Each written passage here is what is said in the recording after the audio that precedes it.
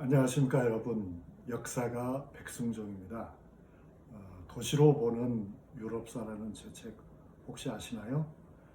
그 책에서 저는 18개의 도시를 다루고 있죠. 오늘은 그 중에 맨 첫 번째 도시 아테네에 관한 이야기를 해볼까 합니다. 아테네, 곧 그리스 이야기인데요. 이렇게 제목을 한번 잡아봅니다. 고대 그리스 문명은 있었죠. 그러나 그리스라는 나라는 없었더라 하는 이야기입니다. 어느 책에서인가 저는 그리스 문제의 중심에는 지리적 약점이 있다 이렇게 지적한 것을 읽었습니다. 정말 설득력이 있는 분석이라고 생각하는데요.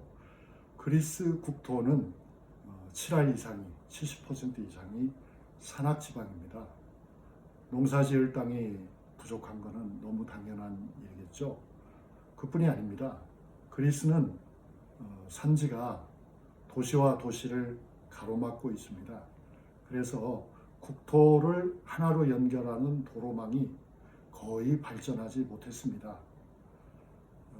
우리의 기억 속으로만 보면 매우 아름다운 황금기, 고대 그리스도 통일 국가가 아니었습니다. 그리스는 사실 강력한 중앙 집권적인 국가를 만든 적이 한 번도 없었죠. 좀 노골적으로 말하면 근대 이전에는 그리스란 나라 자체가 존재하지 않았던 거죠.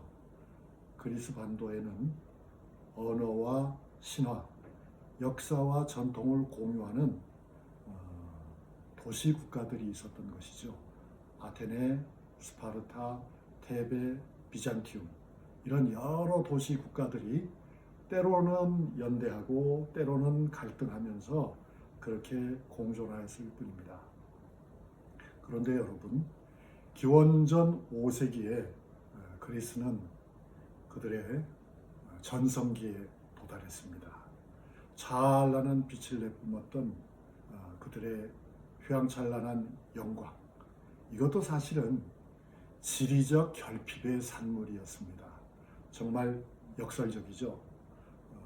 칼날처럼 이렇게 높이 솟은 절단된 국토를 절단하는 산맥으로 인해서 나라는 갈라져 있었습니다.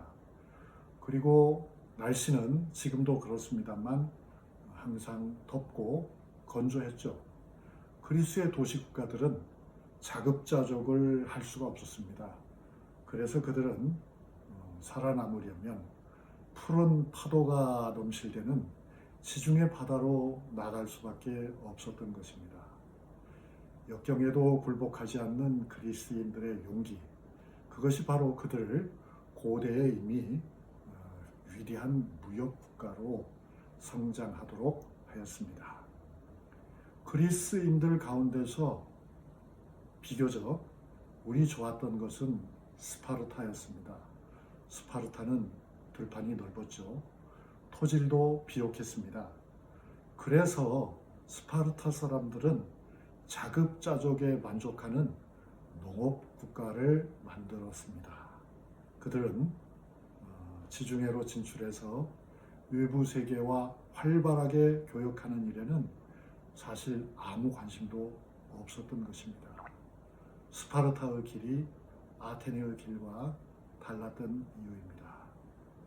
그런데 여러분, 그리스인들은 자급자족할 여건이 되지 않았지만 포기하지 않았죠. 그 점이 중요합니다. 비탈진 산 기슭에도, 토질이 척박한 그리스 평원에도 무엇인가를 끊임없이 심고 거두려고 했는데요. 그들이 주목한 것은 바로 올리브였습니다. 올리브를 열심히 심고 가꾸었죠. 그래서 만든 향기로운 올리브 그림, 올리브 기름이죠. 올리브 열매와 올리브 기름을 배에 가득 싣고 그리스 사람들은 지중해로 나갔습니다. 그리스의 도시국가들은 올리브를 미천 삼아서 국제교역에 뛰어들었던 것입니다. 그리스에서 가장 중요한 항구는 피레우스였습니다. 이 항구를 끼고 발달한 도시가 바로 우리가 잘 아는 아테네였습니다. 아테네는 피레우스를 발판으로 삼아서 지중해 무역에서 우위를 잡았습니다. 즉 가장 유리한 고지를 차지한 것입니다. 그들에게는 바다의 신이 누굽니까? 포세이돈이죠. 포세이돈이야말로 중요한 신앙의 대상이 되었습니다.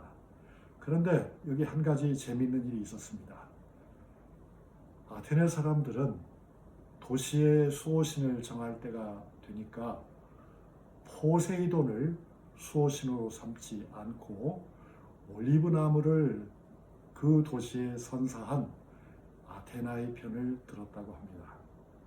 올리브 열매로 만든 기름과 향수, 이것이 아테네의 주요한 수출 품목이었거든요.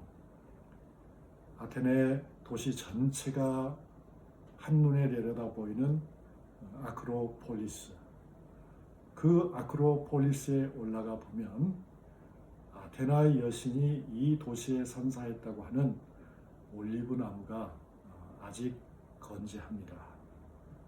산 기슭에 바람이 불어올 때마다 올리브는 나뭇잎을 허옇게 뒤집어 보이는데요. 올리브 잎사귀가 파도처럼 일렁이는 모습을 한번 직접 찾아보는 것도 흥미로운 일이겠습니다. 역경이야말로 역사에서는 신의 한 수가 될 수 있습니다. 절망하지 않고 진취적인 자세를 취하면은 예상 밖의 훌륭한 결실을 맺을 수 있다. 고대 그리스는 우리에게 그와 같은 교훈을 주고 있습니다. 그런데 여러분, 오늘날 그리스 사람들은 과연 그런 정신을 가지고 있는 것일까요? 잘 들어주셔서 감사합니다.